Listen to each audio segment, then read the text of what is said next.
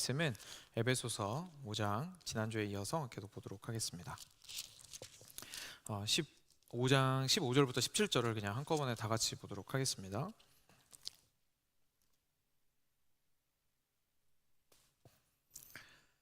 네, 15절부터 17절까지 말씀을 제가 다 같이 한 목소리로 천천히 읽겠습니다. 시작. 그런즉 너희가 어떻게 행할지를 자세히 주의하여 지혜 없는 자 같이 하지 말고 오직 지혜 있는 자 같이 하여 세월을 아끼라. 때가 악하니라. 그러므로 어리석은 자가 되지 말고 오직 주의 뜻이 무엇인가 이해하라. 아멘. 네, 잠깐 기도하겠습니다. 세월을 아끼라. 때가 악하니라. 그러므로 어리석은 자가 되지 말고 오직 주의 뜻이 무엇인가 이해하라. 사랑하는 주님, 저희가 이 인생길, 이 세월을 살아나가는 법을 알기를 원합니다. 저희는 충분히 안다고 생각하고 충분히 잘 가고 있다고 생각할 수도 있겠지만 하나님께서 뭐라고 말씀하시는지 오늘 잠잠히 귀를 기울이기 원합니다.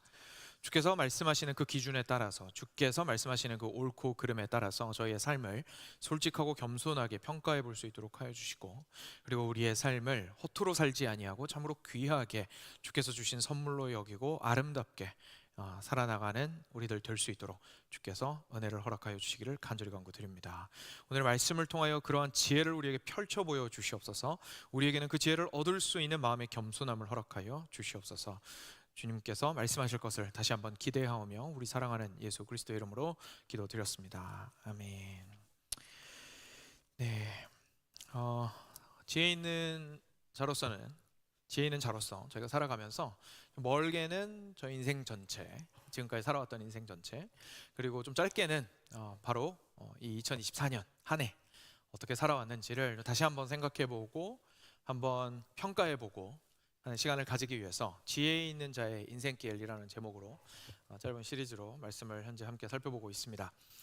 지난주에 에베소서 말씀 5장 17절에 주로 포커스를 맞춰서 말씀하신 대로 말씀을 살펴보았죠.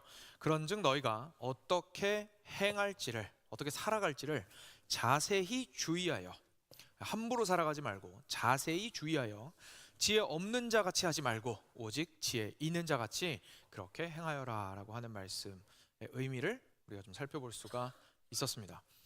이 땅 가운데 살아갈 때 우리는 다양한 동기로 일을 합니다. 대부분의 경우에 우리가 알고 있고 쌓아둔 지식과 교육적인 수준의 결과로, 또는 내가 쌓아온 인생의 경험의 토대 위에서 우리는 이런저런 결정들을 해 나갑니다. 작은 선택들도 있고요, 큰 선택들도 있습니다. 또는 때로는 우리가 충동적으로 결정하기도 합니다. 우리 안에 있는 감정이 우리를 그냥 내버려 두지를 않죠. 그래서 때로는 복수심에, 때로는 분노에, 때로는 너무 좋아하는 것을 따라서, 또는 너무 귀찮아서, 다양한 이유들로 내 안에 솟아오르는 감정들에 의해서 충동적으로 결정을 할 때도 있습니다. 그래서 에이 기분이다 라고 하면서 큰일을 할 때도 있고요. 내가 왜 신경질나 라고 하면서 내가 하기 싫은 일을 절대로 하지 않으려고 할 때도 있습니다. 여러 가지 다양한 이유들을 가지고 우리가 인생에서 선택들을 해나가고 그리고 살아나가는 모습을 우리 모두 가지고 있죠. 우리 안에서만 그런 동기가 발생하는 것이 아니라 당연히 외부의 압박도 있습니다. 외부에서 다른 사람이 다 이런 모양으로 살고 있으면 나 혼자 다르게 살기가 쉽지가 않죠. 그래서 사람들도 다 저렇게 사는데 라고 하면서 삶의 방향을 결정합니다. 이렇게 하면 사람들이 미워할 거야, 이렇게 하면 사람들이 날 괴짜로 볼 거야, 이렇게 하면 사람들에게 엇나가게 될 거야, 그들의 눈에서 엇나가게 될 거야 라는 생각들을 하면서 일들을 선택을 해나가게 됩니다.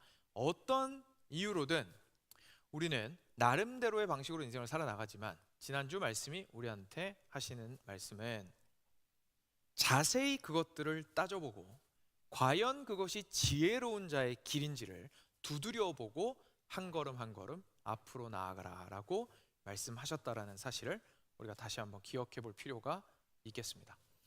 지혜로운 사람이 자기 인생을 허투루 살지 않고요, 그냥 아는 대로 경험한 대로 욱하는 대로 살지 않고요, 그리고 외부에서 압박하는 대로 살지 않고요, 하나님의 길을 따라서, 하나님을 아는 지식에 따라서 살아가는 지혜를 가져야 한다는 말씀이었죠.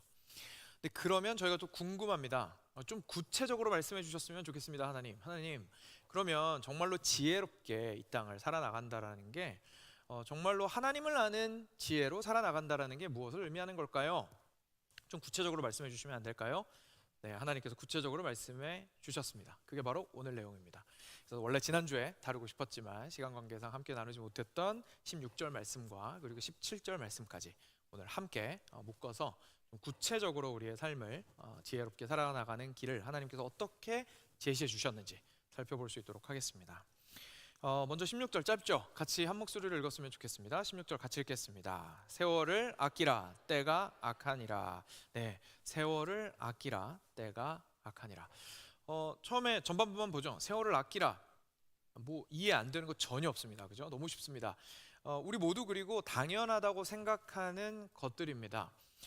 인생을 살다 보면 젊을 때는 시간이 얼마나 소중한지, 세월이 얼마나 소중한지 잘 몰랐을 수 있겠지만 시간이 지나면 지날수록 시간이 얼마나 소중하고 귀한지, 진짜 다른 모든 걸 버려서라도 벌어들여야 하는 것은 시간이라는 사실을 우리 모두 인정할 수밖에 없는 것 같습니다. 그리고 그 충분한 시간이 확보가 되어야 뭐든지 할 수 있기 때문이죠. 그래서 우리가 이 말씀을 처음에 딱 보면요, 사실 별로 새롭지 않습니다. 시간 아껴서 잘 쓰라는 말인가 보다. 우리가 보통 생각하는 인생 아껴서 잘 살아라, 시간을 아껴서 잘 살아라 라는 말씀은, 라는 그 어떤 격언이라고 할까요? 그런 지혜는 우리들한테 어떤 이미지를 주냐면 시간을 꽉꽉 채워서 빡빡하게 살아라, 이렇게 막 쉬고 싶다고 다 쉬지 말고 놀고 싶다고 다 놀지 말고, 그리고 효율적이고 최대한 생산적으로 모든 일들을 해내면서 살아가라 라는 의미로 우리는 받아들일 수 있을 겁니다. 그래서 한국에는 심지어 이런 말도 있죠. 어떤 시험에 붙으려면 4시간을 자면 붙고 5시간을 자면 떨어진다, 뭐 이런 우픈 이야기가 회자될 정도로 시간을 남들보다 어떻게든 많이 확보해서 빡빡하게 써야 성공할 수 있다. 남들이 못 가는 그곳에 갈 수 있다. 남들이 놀 때 나는 일해야, 남들이 쉴 때 나는 노력해야 그게 돈이든 명예든 무엇이든 얻을 수 있다 라고 생각하면서 우리는 그 말들을 받아들입니다. 그치, 시간 아껴 써야지. 그치, 빡빡하게 살아야지. 내가 지금 이렇게 놀 때가 아니지. 내가 이렇게 잘 때가 아니지. 내가 이렇게 가만 앉아서 생각할 때가 아니지. 얼른 일어나서 남들이 앉아 있을 때 달려야지 라고 생각하는 의미로 이 세월을 아끼라라는 말씀을 보통 생각을 많이 하곤 합니다. 요즘 세대는요, 사실 옛날이랑 좀 달라져서 무작정 빡빡한 걸 좋아하진 않습니다. 요즘은 그러면 무슨 이야기를 하느냐? 스마트함이 대세입니다. 그래서 뭔가를 하더라도 스마트하게 해야죠. 그래서 스마트하게 내가 가진 시간들을 활용해서 할 일도 다 하고, 그리고 내가 누릴 것도 충분히 누릴 수 있고, 내가 관계도 충분히 사람들과 잘 해나가고, 가족들과도 행복한 시간을 보내고, 모든 것들을 다 얻을 수 있는 똑똑하고 현명함을 가지고 시간을 사용하는 것이 지금은 대세입니다. 그래서 모든 것들을 어떻게든 얻어내고자 하는 거죠. 두 개가 좀 달라 보이지만 사실 같은 얘기죠. 결국은 이 땅 가운데에서 한정된 시간, 하루 24시간을 내가 어떻게 하면 잘 활용해서 내 육신도 정신도 행복한 삶을 살아갈 것인가 라는 질문에 대한 대답을 하면서 우리는 살아가고 있는 겁니다. 만약에 그런 생각을 가지고 이 말씀을 봤어요. 그러면서 세월을 아끼라라는 말씀을 봤어요. 역시 하나님께서도 시간 아끼라고 하시는구나. 하나님께서도 역시 이 시간 스마트하게 쓰라고 하시는구나 라고 생각하고 그냥 넘어갈 수도 있을 겁니다. 그런데 앞 뒤에 오늘 말씀이 하시는 말씀을 들으면요, 조금 이게 다른 의미인가? 라는 의문이 들게 만듭니다. 먼저 앞에 부분은 지난주에 저희가 살펴봤던 내용이죠. 앞에 부분 보면 이렇습니다. 저희가 혹시 15절 있으면 같이 한 목소리를 읽었으면 좋겠는데요. 네, 같이 한 목소리를 읽겠습니다. 그런즉 너희가 어떻게 행할지를 자세히 주의하여 지혜 없는 자 같이 하지 말고 오직 지혜 있는 자 같이 하여. 네, 아멘. 여기서 너희가 어떻게 행할지를 자세히 주의하여, 앞서서 제가 조금 더 상세하게 설명을 해드렸었는데요, 이 인생을 그냥 단순하게 내적 충동이나 자기가 가지고 있는 생각과 가치관과 계획대로 살아가지 말고, 그리고 외부에서 압박하는 대로 살아가지 말고 지혜로운 자처럼 어떻게 행할지를 자세히 주의하여 판단하고 분별하면서 정신 똑바로 차리고 하나하나 판단해서 살아나가라 라고 말씀하십니다. 그런데 여기에서 여러분 생각해 보시면 시간을 아끼라는 말씀이 곧바로 도출되기는 조금 힘든 내용이라는 것을 저희가 알게 됩니다. 오히려 옳고 그름을 따져보아라, 지혜로운지 어리석은지를 따져보아라, 과연 이 길이 바른 길인지 그렇지 않은 길이를 바른 길인지 그렇지 않은 길인지를 따져보아라 라고 말씀하시는 것이지, 무작정 시간을 빡빡하고 효율적이고 스마트하게 쓰라는 뜻이 아니죠. 그렇게 말씀하시고 나서 갑자기 오늘 본문을 말씀하신 거예요. 세월을 아끼라. 그러니까 세월을 아끼라는 말씀이 그냥 단순하게 시간 아끼라는 뜻이 아니구나, 그러니까 쉬지 말고 계속 일하라는 말이 아니구나, 뭔가 생산적으로 살라는 뜻이 아니구나라는 생각을 저희가 하게 됩니다. 그런데 지난주에 저희가 조금 더 이 지혜로운 삶에 대해서 알아보았습니다. 이 지혜라는 것은 그냥 단순하게 이 세상을 살아가는 스마트함이 아니었습니다. 이 땅 가운데에서 살아가는 지혜로움이라는 것은 성경이 말하는 지혜로움이었는데, 여기서 말하는 지혜라는 것은 성경이 말하는 지혜였는데, 에베소서 1장에서 말하였듯이 그것은 하나님을 아는 지혜였습니다. 하나님을 알고 난 이후에 이 인생 길 위에 서 있어서 예전과 다른 거 없이 똑같이 그 인생길 위에 서 있음에도 불구하고 보는 눈이 달라졌다는 사실을 저희가 발견할 수 있었습니다. 이전에 내가 겪어왔던 그 모든 일들, 실패가 있고 성공이 있고 수치스러움이 있고 명예로움이 있었던 그 모든 시간들 가운데에 하나님의 은혜가 온전히 임함을 저희가 경험을 하게 됩니다. 그리고 그 수치와 어려움을 주께서 덮어주시고 그 성공과 거기에서 누렸던 기쁨 또한 사실은 내가 잘하였던 것이 아니라 주님의 은혜가 함께하였었음을 저희가 인정하게 됩니다. 그리고 앞을 바라보며 불안에 떨고 있었는데 이제는 그 부르심의 소망이 무엇인지를 알게 하시고 마지막에 주실 성도의 기업의 풍성한 영광이 무엇인지를 알게 하셔서 그날을 기대하게 하십니다. 비록 내 다음 걸음이 또 넘어지는 것일 수도 있고 또 수치스럽고 어려운 것일 수도 있겠지만, 그럼에도 불구하고 마지막 때에는 반드시 하나님께서 당신의 영광으로 우리를 맞아주시리라 라고 하는 소망을 가지고 살아가게 됩니다. 그 생각하고 났더니 오늘 담대해집니다. 그 생각을 하고 났더니 오늘 겸손해집니다. 오늘 우리는 예수 그리스도와 함께 동행하게 되었기 때문이죠. 완전히 새로운 눈으로 인생을 바라보게 되는 것을 보고 저희가 지혜 있는 자의 인생길이라고 지난주에 함께 상세하게 살펴보았더랬습니다. 그렇다면 오늘 세월을 아끼라라는 말씀 뒤에 나오는 때가 악하니라라는 말씀도요, 이런 맥락에서 자연스럽게 이해할 수 있게 됩니다. 왜냐하면 때가 악하니라라는 말씀은 결국 무슨 뜻입니까? 이 시대의 편만한 정신이 굉장히 악하기 때문이다. 이 말은 뒤집어 말하면 무슨 말입니까? 성경에서 악하다라는 표현은 그냥 나쁜 짓이 아닙니다. 성경에서 악하다라는 표현은 겉으로 볼 때 좋아 보이더라도, 시간을 효율적으로 쓰고 빡빡하게 살아가는 것으로 보일지라도 하나님께서 보시는 것에 따라서 하나님의 뜻에 다르게 행동하고 있다면, 하나님께 등을 돌리고 있다면, 하나님께서 나를 부르셨다라는 마음으로 인생을 살아가지 않고 하나님의 은혜로 살아가지 않고 있다면 그것은 곧 악한 것이다 라고 말하는 것이 성경입니다. 그래서 그 성경이 우리한테 말하는 거죠. 때가 악하다라고 이야기를 해주시고 있습니다. 그러니 우리가 이 인생길을 살아나가는 데 있어서 결국은 이 때가 악하다라는 뜻은 과연 내가 이 땅 가운데에서 하나님의 뜻을 쫓아 살아갈 것이냐, 그 부르심의 소망으로 말미암아 살아갈 것이냐, 성도의 영광의 그 풍성함을 기억함으로 살아갈 것이냐, 아니면 반대로 하나님께 등을 돌리고 앞서 생각했던 대로, 내가 생각하는 대로, 내가 뜻하는 대로, 내가 욱하는 대로 살아갈 것이냐, 또는 세상이 나에게 압박하는 대로 살아갈 것이냐의 문제라는 사실을 우리가 깨닫게 됩니다. 이런 맥락 속에서 우리에게 말씀하시는 거죠. 세월을 아끼라. 이런 맥락을 저희가 깨닫고 나면 때가 악하니까 세월을 아껴야 하고, 어리석은 삶이 아니라 지혜로운 자의 삶을 살아야 되니까 세월을 아끼라고 말씀하시는 거라면 이게 그냥 단순하게 빡빡하게 살 일이 아니구나, 이게 그냥 최대한 많은 일들을 해내는 것이 하나님께서 좋은 삶이라고 말씀하고 계시는 말씀이 아니구나라는 생각을 저희가 하게 됩니다. 이것은 사실 지난주에 살펴보았던 사도 바울의 이야기에서도 굉장히 선명하게 드러나는 것입니다. 아마 이제까지의 설명이 조금 헷갈리셨다면 사도 바울의 삶을 보시면 바로 이해가 되실 겁니다. 사도 바울이 다메섹을 향해서 가고 있었습니다. 사도 바울은 다메섹으로 향해 가는 목표가 굉장히 뚜렷했습니다. 왜 가는지 알았어요. 가서 유대인들 유대인들이 아니죠. 예수님을 믿게 된 그 유대인들이죠. 그래서 그리스도인들을 잡아 족치러 가는 거였습니다. 그래서 거기 가서 할 일이 뚜렷했고 힘차게 그 길을 향해서 분노에 가득 차서 걸어가기 시작합니다. 근데 가는 도중에 빛을 만나게 됩니다. 하나님의 빛을 만나게 되고 그 안에서 부활하신 예수 그리스도의 음성을 듣습니다. 이제 자기 자신이 가던 그 길이 잘못되었다는 사실. 아니 다메섹 가는 길이야 똑바로 가고 있었지만 그 다메섹에 가는 동기와 목표와 이유가 완전히 잘못되었었다는 사실을 깨닫게 됩니다. 그리고 눈이 멀어버립니다.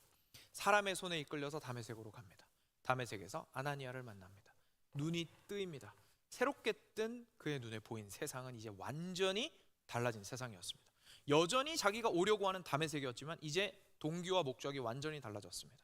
처음에는 눈 똑바로 뜨고 다메섹까지 가서 그리스도인들을 잡아 족치려고 했는데 이제는 내가 그곳에서 해야 하는 것이 오히려 그리스도를 전해야 하는 것이라는 사실을 깨닫고 완전히 뒤집히게 됩니다.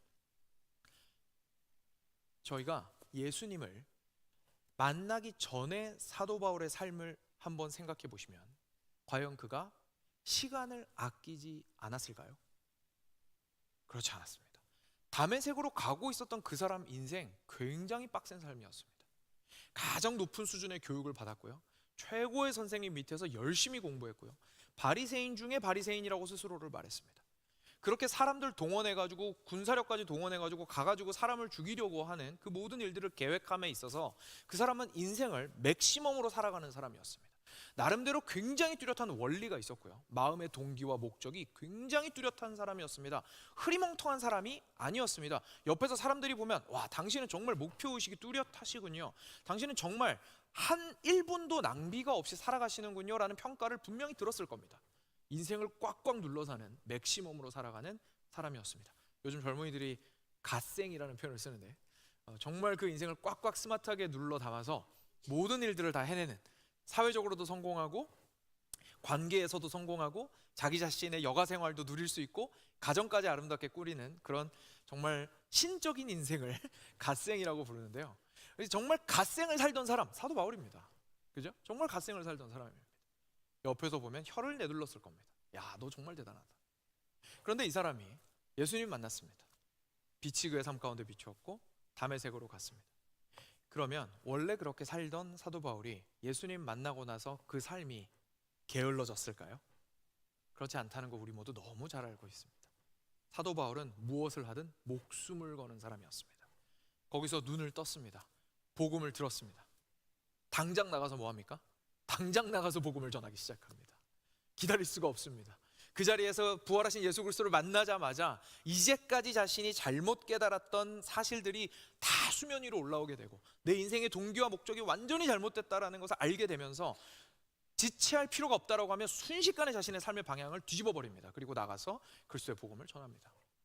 교회를 세워나가기 시작합니다.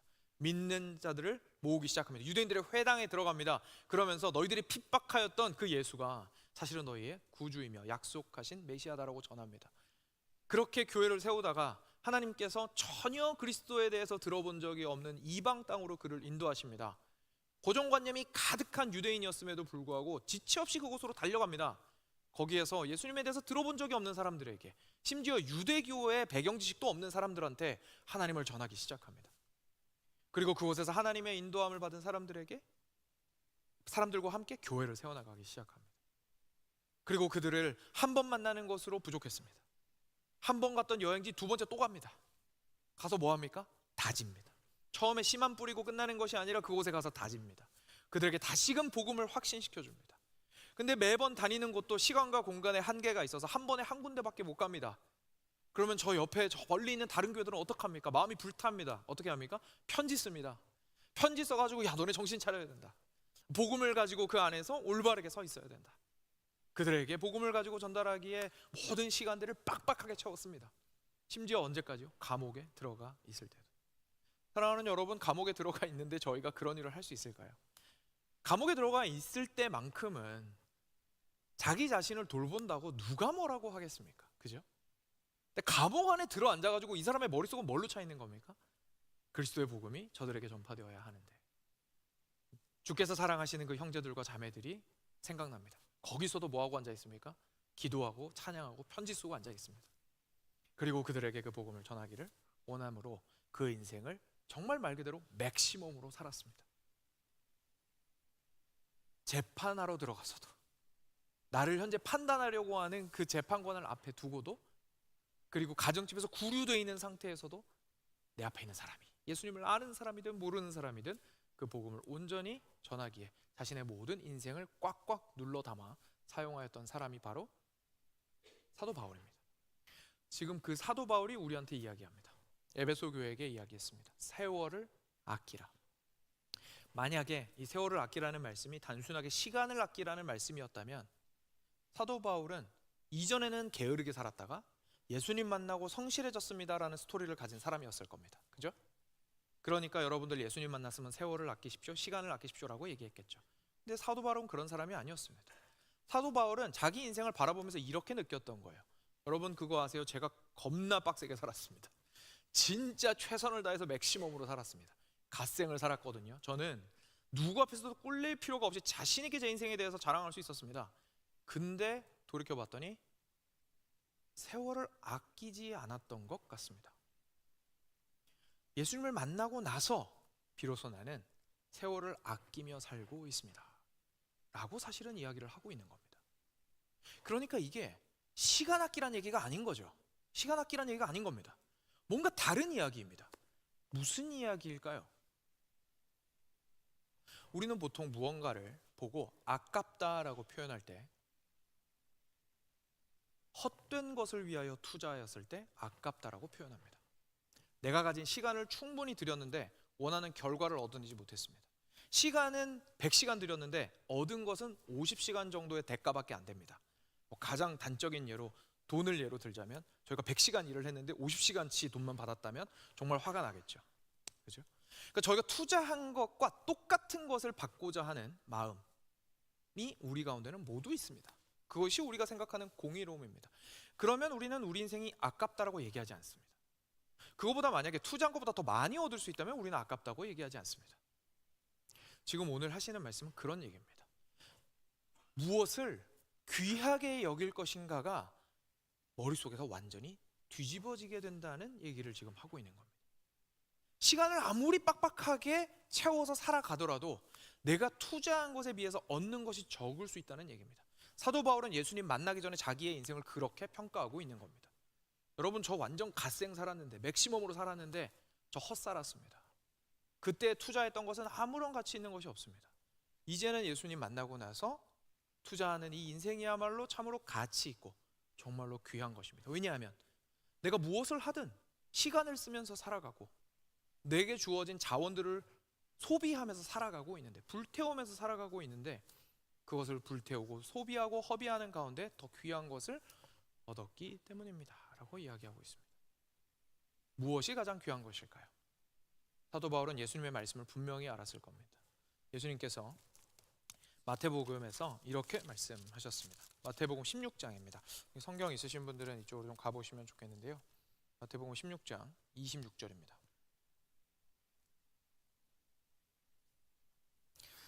네, 마태복음 16장 26절 같이 한 목소리로 읽겠습니다. 시작. 사람이 만일 온 천하를 얻고도 제 목숨을 잃으면 무엇이 유익하리요? 사람이 무엇을 주고 제 목숨과 바꾸겠느냐? 아멘. 사도 바울은 예수님을 만났을 때 깨달은 겁니다. 자기가 이제까지 살아왔던 그 인생, 율법을 철저하게 지키고요, 완벽하게 도덕적이고요, 모든 전통들을 다 잘 지키고요, 그리고 그곳에서 시간을 꽉꽉 채워서 살아가는 그 인생인 귀한 인생이라고 자기는 생각을 했었습니다. 여기서 예수님이 말씀대로 만일 온 천하를 얻고도, 다시 말해서 천하를 얻는 삶을 살 수 있습니다. 우리는 인생을 소비하고 허비해서 결국 무엇을 얻고자 하냐면 천하를 얻고자 합니다. 사도 바울도 그 천하를 얻고자 했고 그것에 성공했습니다. 그리고 계속 그 길로 살아가고 있었습니다. 우리는 그 천하를 얻은 사람들의 삶을 수많은 곳에서 볼 수 있습니다. TV와 유튜브 영상과 모든 곳에서 장식하고 있는 성공한 사람들의 삶은 결국 천하를 얻은 사람들의 삶입니다. 그들의 돈, 그들의 명예, 그들의 관계, 그들의 행하는 일로 인하여서 남긴 업적, 모든 것들이 세상을 얻은 것이죠. 귀합니다. 그런데 오늘 예수님이 말씀하십니다. 좋아. 그런데 말이야, 그게 끝이 아니어서 어떡하지? 세상을 얻었음에도 불구하고 만일 생명을 얻지 못했다면, 천하를 얻었음에도 불구하고 세상을 얻지 못했다면, 우리 모두도 사실 천하를 얻기 위해서 살아갑니다. 우리 나름대로 현재 가지고 있는 돈과 우리가 가지고 있는 명예가 TV에서 보는 그 사람들에 비하면 하찮을지 몰라도, 우리 모두는 우리가 가지고 있는 작은 이 세상의 바운더리 안에서 나름대로의 세상을 꾸리며 살아갑니다. 화목한 가정을 꾸리려고 애쓰고요, 모든 것들을 가지고 좋은 삶을 누리려고 애씁니다. 천하를 얻을 수 있습니다. 공부 열심히 하면 좋은 학교 가고요, 시간 꽉꽉 눌러 채워 사용하면 성공합니다. 머리를 똑바르게 써서 아껴가고 그리고 잘 투자하면요, 부자 될 수 있습니다. 천하 얻을 수 있습니다. 천하 얻을 수 없다는 얘기가 아닙니다. 문제는 다른 곳에 있습니다. 천하를 얻더라도 생명을 잃으면 어떻게 하겠느냐라고 예수님께서 말씀하십니다. 도대체 무엇이 좋으냐, 뭐가 남느냐 도대체 라고 말씀하시는 것이죠. 사도 바울은 그 사실을 깨달았던 겁니다. 자기가 이제까지 자신이 해왔던 그 모든 일들이 사실은 자기가 생각하는 의로움과 자기가 생각하는 바름과 자기가 생각하는 선한 삶, 가치 있는 삶을 위해서 다 드리고 있었는데, 결국 그것은 알고 봤더니 하나님으로부터 멀어지는 삶이었던 거예요. 자기는 하나님을 위해서 살고 있다고 생각했어요. 그런데 예수님을 핍박하는 삶을 살아가는 그 삶은 절대로 하나님을 위한 삶이 아니었다는 사실을 깨닫게 된 거죠.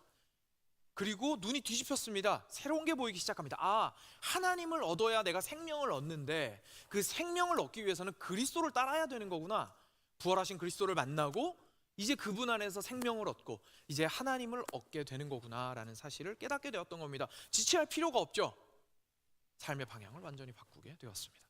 같은 장소, 바로 그 다메섹에서 말이죠. 사랑하는 여러분, 이것이 세월을 아끼라라는 말씀의 의미입니다. 세월을 아끼라라는 말씀의 의미입니다. 우리가 이 땅 가운데서 숨쉬며 살아갑니다. 돈을 벌고 쓰며 살아갑니다. 시간을 확보하고 사용하며 살아갑니다. 무언가로든 채울 수 있습니다. 천하를 그것으로 얻을 수 있는 똑똑함과 능력이 우리에게 있을 수 있습니다. 잘 하셨습니다. 그런데 하나님께서 질문하시는 거죠. 너는 생명은 어떻게 할래? 라고 질문하시는 거예요. 그렇게 모든 것을 얻고도 생명을 놓쳤다면 인생을 허비한 것이니라 라고 말씀하십니다. 그러니 세월을 아끼라, 다시 말해서 생명을 위하여 가진 것을 드릴 줄 아는 지혜가 있는 자가 되라 라고 말씀하시는 겁니다. 그래서 그 뒤편에 나오는 이 시대의 악함에 대해서 말씀하셨던 것이죠. 왜냐하면 악함이라는 것은 주님의 길이 아닌 반대편의 길이기 때문에 그렇습니다. 사도 바울이 그 다메섹 도상에서 빛을 받기 직전까지의 삶, 그 삶은 인간적인 눈으로 보면 탁월한 삶이었지만 하나님의 눈으로 보면 악한 삶이었습니다. 왜냐하면 생명을 얻을 수 없는 삶이기 때문에 그렇습니다. 그러면 세월을 아끼고 이 시대가 악하니 돌이켜 이제는 생명을 추구하는 삶을 그 이후로는, 빛을 받은 이후로는 살아나가라라고 말씀하시고 있는 것이고, 사도 바울도 그것을 고백하고 있는 것이죠. 그래서 세월을 아끼라, 때가 악하니라, 그러니 주의 길을 따르라라는 말씀을 사실상 우리에게 하고 계신다라는 사실을 우리가 오늘 말씀을 통해서 깨닫게 되는 겁니다. 그러면 어떻게 할까요? 하나님 좋습니다. 제가 생명을 얻어야 된다는 건 알았습니다. 그럼 생명을 얻으려면 어떻게 하죠? 라는 질문을 우리가 할 수 있겠죠. 예수님께서 그 말씀 해주셨습니다. 방금 함께 보았던 마태복음 16장 26절 앞부분이 사실 그 내용을 우리한테 이야기해 주시고 있습니다. 예수님께서 제자들한테 이렇게 얘기하셨죠. 24절과 25절, 네, 감사합니다. 같이 한 목소리로 읽겠습니다. 이에 예수께서 제자들에게 이르시되 누구든지 나를 따라오려거든 자기를 부인하고 자기 십자가를 지고 나를 따를 것이니라. 누구든지 제 목숨을 구원하고자 하면 잃을 것이요 누구든지 나를 위하여 제 목숨을 잃으면 찾으리라. 아멘. 이 말씀 하시고 나서 방금 우리가 함께 읽었던 26절 말씀을 하신 겁니다. 사람이 만일 온 천하를 얻고도 제 목숨을 잃으면 무엇이 유익하리요? 거슬러 올라가면 이런 거죠. 얘들아, 너희들의 생명이 그 무엇보다 중요하다. 생명을 잃으면 도대체 무엇이 유익하겠느냐? 천하가 너에게 무슨 소용이겠느냐? 그런데 그러면 그 생명을 얻으려고 하여야 할 텐데 그 생명을 어떻게 얻냐면 정말 아이러니하게도 말이지, 네가 네 생명 붙들려고 하면 그 생명을 가질 수가 없다. 생명을 가질 수 있는 유일한 방법은 십자가를 붙드는 것이다. 그 십자가를 붙드는 것이야말로 생명을 얻을 수 있는 유일한 길이다라고 말씀하시는 겁니다. 그래서 말씀하셨던 것이죠. 모두들 자기를 부인하고 나의 십자가를, 자기 자신의 십자가를 각각 지고 나를 따라오거라. 내가 먼저 십자가 지고 갈 테니까 내가 진 이 십자가 너희들 각자의 삶 가운데서 지고 나를 따라오거라 라고 예수님께서 말씀하셨던 겁니다. 사랑하는 여러분, 기독교에서 십자가의 길을 이야기합니다. 고난과 고통에 대해서 이야기를 합니다. 수고스러움에 대해서 이야기를 합니다. 그런데 그것은 절대로 다른 종교에서 이야기하는 고난과 고행의 길이 아닙니다. 절대로 아닙니다. 우리가 그 십자가의 길을 가야 하는 이유는 그 십자가의 길을 통해서만 하나님께 갈 수 있기 때문에 그렇습니다. 그리고 그 하나님에게만 생명이 있기 때문에 그렇습니다. 다시 말해서 그것이야말로 세월을 아끼는 방법이기 때문에 그렇습니다. 정말로 가치 있는 인생을 사는 길이기 때문에 그 어려운 길임에도 불구하고 미련하게 그 길을 선택해서 우직하게 걸어가는 것이지, 저희가 멍청하고 바보 같고 그냥 도덕적으로 그 손해를 보면서 사는 것이 남들 보기에 괜찮은 삶이어서 그런 게 아닙니다. 저희가 고행을 하면 몸에서 사리가 나오고 뭔가 대단한 면류관을 받기 때문에 그 고난에 동참하는 것이 아닙니다. 그 고난을 통해서만 십자가 끝에 영광을 얻을 수 있기 때문에 그런 것입니다. 그래서 그 길을 가는 우리의 삶은 참으로 가치 있는 삶이 되는 것이죠. 이 사실을 사도 바울은 알았습니다. 그래서 사도 바울은 예수님을 만난 이후에 그런 삶을 실제로 본인이 살기로 결정합니다. 그래서 갈라디아 2장 20절에서 자신이 살기로 한 삶에 대해서 이야기해 줍니다. 같이 한 목소리로 읽겠습니다. 내가 그리스도와 함께 십자가에 못 박혔나니 그런즉 이제는 내가 사는 것이 아니요 오직 내 안에 그리스도께서 사시는 것이라. 이제 내가 육체 가운데 사는 것은 나를 사랑하사 나를 위하여 자기 자신을 버리신 하나님의 아들을 믿는 믿음 안에서 사는 것이라. 아멘. 그렇습니다. 사도 바울은 결국 이렇게 이야기하고 있는 거죠. 저 이제 세월을 아끼면서 살아갑니다. 정신 똑바로 차리고 어리석지 않고 지혜로운 자처럼 내 인생을 판단하며 살아나갑니다. 봤더니 그 인생 살아가는 방법은 결국 내가 사는 것이 아니라 그리스도와 함께 십자가에서 나는 못 박혔고 주께서 나를 얼마나 사랑하시는지를 깨달은 자로서 그의 뜻을 따라 살아나가는 것이 참 가치 있고 나의 인생을 허비하지 않는 길이라는 사실을 깨달았습니다. 그래서 나 십자가의 길을 걸어가고 있습니다 라고 이야기하고 있는 겁니다. 이 길에는 필연적으로 동반되는 것이 있습니다. 바로 자기 부인입니다. 그래서 아까 마태복음 말씀에서 예수님께서 말씀하셨던 것이죠. 누구든지 자기를 부인하고 각각 자기 십자가를 지고 나를 쫓을 것이니라. 무슨 말입니까?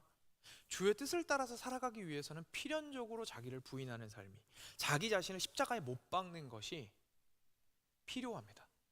근데 다시 한번 말씀드리지만 절대로 그 자체가, 뭔가 고행 자체가 우리한테 큰 의의가 되고 유익이 되기 때문에 고행을 하라고 말씀하시는 게 아닙니다. 네 욕심을 억눌러라, 욕심이 너를 괴롭게 하나니 라고 하시는 것이 아니라, 욕심대로 살면 천하는 얻어도 생명은 얻지 못하기 때문에 그대로 살지 말라고 하시는 겁니다. 그래서 필연적으로 나의 길이 아니라 주의 길을 가기 위해서는 자기를 부인하는 피 터지는 싸움이 우리의 내면 속에서, 그리고 우리의 삶 속에서 일어나게 됩니다. 옆에 있는 사람이 나의 적이 아니라 옆에 있는 사람을 미워하는 내 마음이 나의 적입니다. 옆에 있는 사람을 사랑할 수 없게 만드는 상황이 나의 적이 아니라 옆에 있는 사람을 사랑하지 못하는 내가 적입니다. 자기 자신을 부인해 나가야 비로소 그 십자가의 길을 걸어갈 수가 있고, 십자가의 길 자체가 사실은 자기 부인의 길입니다. 그리고 다시 한번 말씀드리지만 절대로 그 자체가 우리의 의가 되는 것이 아니라 그래야만 비로소 하나님을 얻게 되고 그 안에 생명을 얻게 됩니다. 그래서 예수님께서 말씀하신 거죠. 그 길로 걸으라고. 그래서 자연스럽게 마지막 17절이죠. 네, 17절이 우리에게 자연스럽게 이해가 됩니다. 17절 같이 한 목소리를 읽을까요? 그러므로 어리석은 자가 되지 말고 오직 주의 뜻이 무엇인가 이해하라. 네, 아멘. 자연스럽게 이해가 되시죠? 십자가의 길로 걸어가려면요, 내 마음이 어떠한지도 잘 알아야 되고요. 무엇보다도 하나님께서 말씀하시는 그 뜻이 무엇이 옳고 선하고 하나님이 원하시는 길인지, 진짜 생명의 길이 무엇인지를 똑바로 또렷하게 아는 지혜가 필요합니다. 그래서 이렇게 말씀하시는 것이죠. 그러니까 여러분, 어리석게 살아가지 말고요, 오직 주님의 뜻이 무엇인지 알아가십시오. 그래야 삶 가운데서 똑바로 자기를 부인하고 십자가의 길을 걸으실 수 있습니다. 그래야 생명의 길로 가시는 겁니다 라고 이야기해 주시고 있는 겁니다. 사랑하는 여러분, 여기에서 사도 바울이 다른 곳에서 이렇게 이야기한 적이 있습니다. 다름질하기를 향방 없는 것 같이 아니하고, 싸우기를 허공을 치는 것 같이 아니하고, 헛발길질하고 헛된 경주를 하지 않고 헛손질 하지 않고, 그죠? 내가 내 몸을 쳐서 복종하게 하여 주의 길을 걷는다라고 사도 바울이 이야기를 한 적이 있습니다.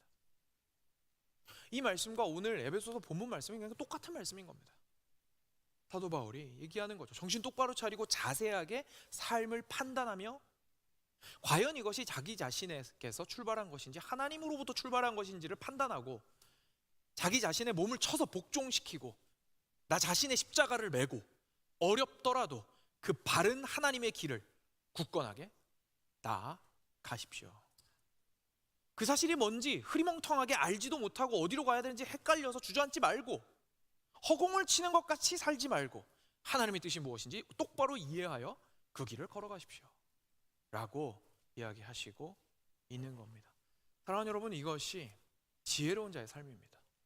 이것이 하나님을 아는 자의 삶입니다. 그리고 이것이 참으로 가치 있는 삶입니다. 이것을 위하여 우리가 허비하며 인생을 살았다면 천하는 얻지 못할지라도 우리는 생명을 얻었을 것이고, 생명을 얻었다면 우리는 그 무엇보다도 귀한 것을 얻은 자들입니다. 우리는 이 과정 속에서 하나님을 얻게 됩니다. 우리는 이 과정 속에서 하나님을 닮아가는 나 자신을 얻게 됩니다. 그리고 이 과정 속에서 하나님을 닮은 나의 형제 자매들을 얻게 됩니다. 참 소중한 존재들을 우리는 얻게 됩니다. 인생에 있는 그 어떤 것보다도 더 귀한 것들, 그것은 참으로 성공한 인생입니다. 이것이 성경이 우리한테 이야기해 주는 삶입니다. 우리 삶을 조금 구체적으로 조금 살펴보면서 두 가지 정도로 저희가 구체적으로 생각을 해보고 이 적용점을 나누고 나서 말씀을 마치도록 하겠습니다. 우리가 이런 진리가 우리 가운데 선포가 되었을 때 우리는 유념해야 되는 것이 있습니다. 진리가 선포될 때에, 진리가 온전히 하나님께서 이렇게 설명해 주시고 풀어 주실 때에 그 진리는 각 사람에게 동일하게 선포되지만 우리가 가진 모습들이 너무너무 각자가 다르기 때문에 다르게 적용됩니다. 그래서 진리는 두 리스트의 형태를 하고 있지 않습니다. 뭘 해라 뭘 하지 말아라가 진리가 아닙니다. 진리는 우리에게 원리와 본질에 대해서 설명해 주십니다. 그리고 나서 각자 개인이 두 리스트를 짜야 됩니다. 이제 내가 무엇을 하여야 하고 무엇을 하지 말아야 할지를 스스로 점검하며 판단해 보아야 합니다. 우리 중에 시간 사용과 돈 사용에 대해서 이제 조금 좁혀 들어가서 구체적으로 예를 들어보도록 하겠습니다. 우리 중에 시간의 지갑 그리고 돈의 지갑을 열기 굉장히 힘들어하는 분들이 있습니다. 그렇죠? 그냥 그렇게 태어났습니다. 그게 뭐 굉장히 인색하려고 그런 것이 아니라 아끼며 그리고 경제적이고 효율적으로 모든 것들을 해나가는 것이 자기 자신에게는 큰 기쁨이 되고, 그리고 그런 일을 통해서 실제로 많은 것들을 이루어내었기 때문에 그것이 옳은 삶이라고 생각하며 살아나가고 있습니다. 그래서 시간과 돈을 굉장히 아끼고 그것들에 대해서 가지고 있는 가치를 굉장히 진지하게 생각합니다. 그래서 내가 이만큼의 시간을 들이면 이만큼의 재화를 창출해낼 수 있고, 내가 이만큼의 돈을 들이면 이만큼의 리워드를 받아낼 수가 있기 때문에 이만큼의 돈과 이만큼의 시간은 과연 나에게 이만큼의 의미를 가진 것이다 라고 생각하며 살아갑니다. 그래서 자신의 삶을 꽉꽉 채워서 살아갑니다. 두 리스트를 짭니다. 계획을 짭니다. 그리고 그 계획들에 이제 잘 때가 되어서 얼마나 많이 완수를 했느냐가 나에게는 너무 커다란 기쁨이 됩니다. 그래서 오늘도 나는 오늘의 시간을 허비하지 않았다. 오늘도 나의 돈을 허비하지 않았다. 내가 가진 것을 잘 관리했고 해야 될 일들을 잘 완수했다 라고 생각하며 잘 살아나갑니다. 여기까지는 괜찮습니다. 근데 문제가 발생합니다. 왜냐하면 인생이 계획대로 안 되기 때문이죠. 갑자기 옆에서 치고 들어옵니다. 갑자기 아이가 태어났습니다. 내가 뜻하는 대로 시간을 쓸 수가 없습니다. 아이가 갑자기 밥 달라고 소리 지릅니다. 아이에게 뭔가를 해주기 위해서 뭐 학교에서 스케줄이 발생해서 라이드를 해줘야 됩니다. 갑자기 이제 앉아가지고 뭘 하려고 하는데 학교에서 전화가 옵니다. 그죠? 그리고 아이뿐만이 아니라 내 주변에 있는 모든 관계들이 나에게 시간을 요구하고 나에게 어떠한 에너지를 요구하고 나에게 때로는 돈을 요구하기도 합니다. 내가 계획했던 것들이랑 너무 다른 방향으로 인생이 허비가 됩니다. 마음이 너무 어려운 거예요. 왜냐하면 내가 가지고 있는 이 시간을 가지고 이 일을 할 수 있는데 지금 저 사람을 위해서 이렇게 계획도 없이 쏟아지게 되면 나는 이 일을 할 수 없게 되기 때문이죠. 내가 가지고 있는 이 돈을 가지고 내가 계획이 있어서 이만큼을 써야 되는데 저쪽에 있는 요구 때문에 내가 이것을 다른 방향으로 흘리게 되면 내가 이것을 올바르게 사용할 수 없게 된다는 마음이 가득하기 때문에 너무 마음이 어렵습니다. 어쩔 수 없이 따라갈 수는 있어도 하기는 굉장히 힘들죠. 감사함은 사라지고 기쁨도 사라집니다. 거기에서 그것들이 굉장히 아까워지기 때문입니다. 네, 아까워합니다. 왜냐하면 투자한 만큼 얻을 수 있는 곳이 아니기 때문에 그렇죠. 그런데 이런 사람이 예수님을 만납니다. 진짜 귀한 것이 내가 내 시간을 확보해서 나를 위해서 쓰고 내가 내 재화를 확보해서 나를 위해서 쓰는 것이 아니라 내 인생 전체를 가지고 더 귀한 것, 바로 하나님을 얻고자 하는 것이 가장 귀한 것이다라는 사실을 비로소 깨닫게 됩니다. 그 사실을 깨달은 사람의 삶은 180도 바뀌게 됩니다.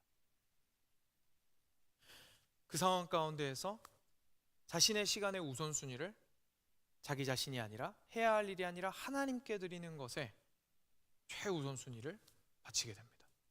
내가 내 시간을 가장 잘 사용하는 방법, 가장 귀하게 사용하는 방법은 주 하나님을 위하여 사용하는 것이라. 아침에 첫 시간을 주님께 드립니다. 기도하는 시간을 아까워하지 않습니다. 말씀을 읽는 시간이 너무나 소중해집니다.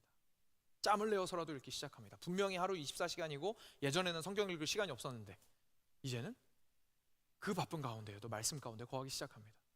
짬을 내어 묵상합니다. 주님과의 만남이 너무나 달콤합니다. 사람들이 나에게 시간을 요구합니다. 예전에는 신경질이 났습니다. 티 안 내기가 너무 힘들었어요. 어떻게든 그것을 잘 조절을 하려고 애썼을 뿐입니다.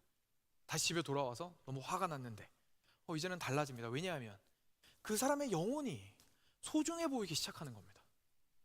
하나님이 나 사랑해 주셨는데 저 사람도 똑같이 너무 사랑하시는데 저 사람이 지금 그 시간을 요구하는 것은 내가 그래도 조금이나마 도움이 될 수 있지 않을까. 갔어요. 시간 낭비한 것 같아요. 쓸데없는 소리만 하고 끝났어요. 이 2시간에 내가 할 수 있는 게 얼마나 많은데. 근데 마지막에 내가 그 영혼을 위해서 기도해주고 나왔습니다. 그리고 그 영혼과 함께 대화하는 가운데 그 영혼이 위로받았어요. 돌아나오면서 생각합니다.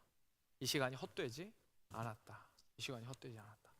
저 사람을 위하여, 저 사람을 사랑하기 위하여 쓴 이 시간은 하나님의 눈에 참으로 소중한 시간이다. 자신의 돈도 마찬가지고 자신이 가지고 있는 것들 사용할 때에 눈이 전혀 바뀐 상태로 삶을 살아나가게 됩니다. 이 사람의 세월을 아끼는 방법이 완전히 바뀌게 된 것이죠. 예전에는 시간을 내가 원하는 대로 계획대로 빡빡하게 채워 살아나가는 것이 세월을 아끼는 것이라고 생각했다가 이제는 가장 귀한 것을 위해서 시간과 돈을 드릴 줄 아는 진짜 세월을 아끼는 생명을 낚는 사람 낚는 어부의 삶을 살아나가게 된 것입니다. 반대의 경우도 사실 마찬가지입니다. 우리는 아낌없이 베푸는 삶은 대부분 덕목으로 생각하기 때문에 그 자체에 문제가 별로 없다고 생각을 합니다. 우리 중에 그러한 성향을 가진 사람들도 있습니다. 그렇죠? 앞서 말씀드린 사람처럼 지갑을 꽁꽁 닫는 사람이 있는가 하면 지갑을 아끼지 않고 열어줄 수 있는 사람도 있습니다. 시간을 내주는데 전혀 아까워하지 않아요. 아무렇지도 않아요. 내가 해야 될 일을 정말 열심히 바쁜 가운데 하고 있는데 사람들이 전화 옵니다. 뭐 도움을 요청합니다. 이렇게 버선발로 뛰어나가가지고 도와줍니다. 돈이 필요한 사람이 있습니다. 지갑 너무 쉽게 잘 엽니다. 밥도 사주고요. 뭐 이렇게 요청하지도 않았는데 도와주고요. 너무너무 너그럽고 넉넉한 마음을 보입니다. 주변에 사람들이 항상 들끓습니다. 왜냐하면 그 사람 옆에만 있으면 항상 여유롭고 편안하기 때문이죠. 그 사람 앞에만 있으면 부담이 없어요. 모든 것들이 흘러나오거든요. 자기한테 요구하는 건 없으니까요. 너무 좋습니다. 사람들이 흘러넘치죠. 그런데 이 사람이 그런 삶을 살아나가다가 갑자기 문제에 부딪히게 됩니다. 갑자기 내 삶이 무너지기 시작하는 거예요. 내 삶이 지탱이 안 돼요. 시간과 재화를, 돈을, 지갑을 열어놨더니 쉴 새 없이 빠져나가고 정돈이 안 돼요, 내 삶이.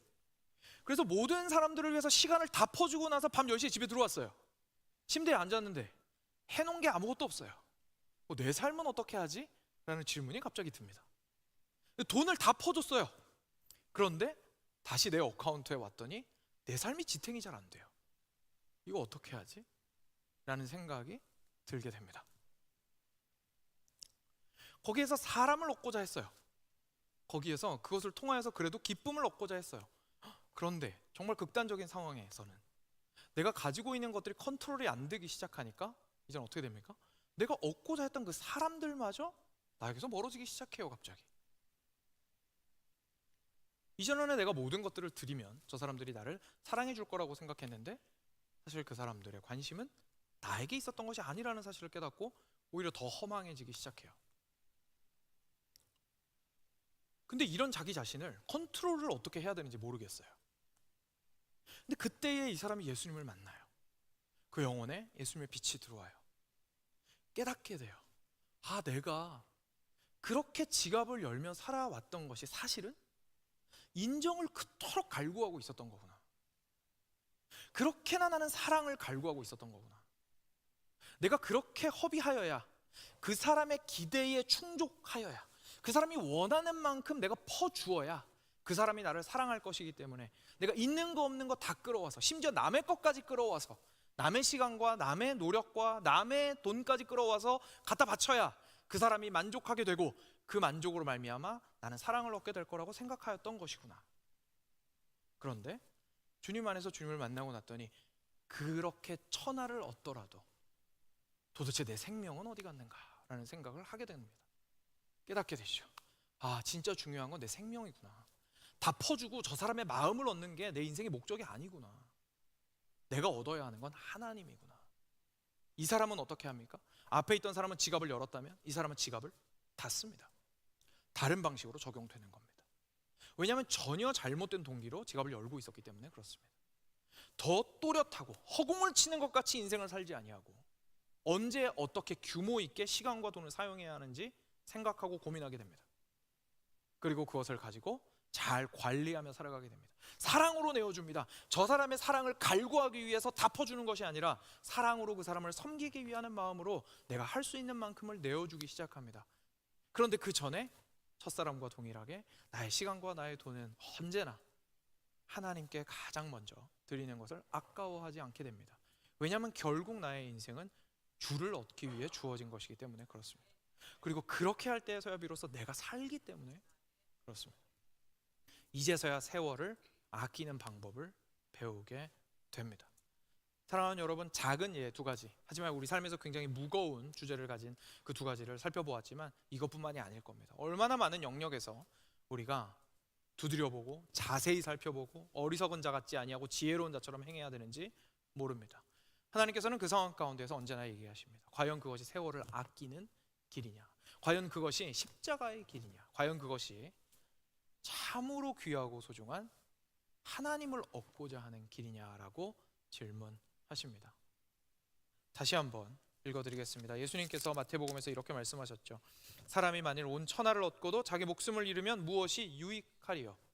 그렇습니다. 사랑하는 여러분, 우리의 삶은 하나님을 얻고자 할 때, 그리고 하나님 안에서 나의 생명을 얻고자 할 때, 그리고 다른 사람의 생명을 소중히 여기는 삶을 살아갈 때 우리의 삶은 비로소 가장 가치 있는 삶이 됩니다. 그것이야말로 절대로 잃어버리지 않는, 나이가 없어지지 않는, 좀들지 않는 곳에 우리의 모든 것들을 투자하는 방법입니다.